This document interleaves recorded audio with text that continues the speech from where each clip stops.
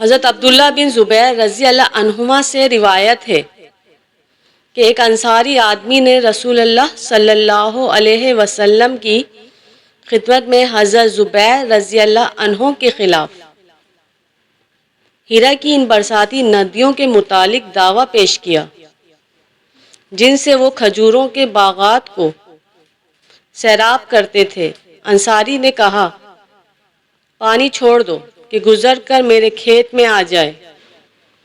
حضرت زبیر رضی اللہ عنہ نے انکار کر دیا۔ دونوں اپنا جھگڑا رسول اللہ صلی اللہ علیہ وسلم کے پاس لے گئے تو آپ صلی اللہ علیہ وسلم نے فرمایا، زبیر، اپنے باغ کو سینچ کر اپنے پڑوسی کے لیے پانی چھوڑ دیا کرو۔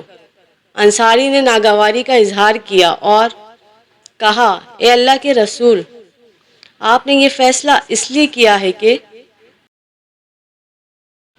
وہ آپ کی پھوپھی کا بیٹا ہے۔ یہ سن کر اللہ کے رسول صلی اللہ علیہ وسلم کے چہرے مبارک کا رنگ بدل گیا۔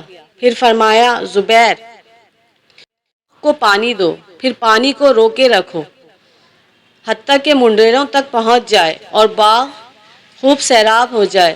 حضرت زبیر رضی اللہ عنہ نے فرمایا، اللہ کی قسم، میرے خیال میں تو یہ آیت اسی بارے میں نازل ہوئی ہے۔ قسم ہے آپ صلی اللہ علیہ وسلم کے رب کی، یہ مومن نہیں ہو سکتے جب تک کہ اپنے باہمی اختلاف میں آپ کو منصف نہ مان لیں، پھر آپ کے فیصلے پر دل میں کوئی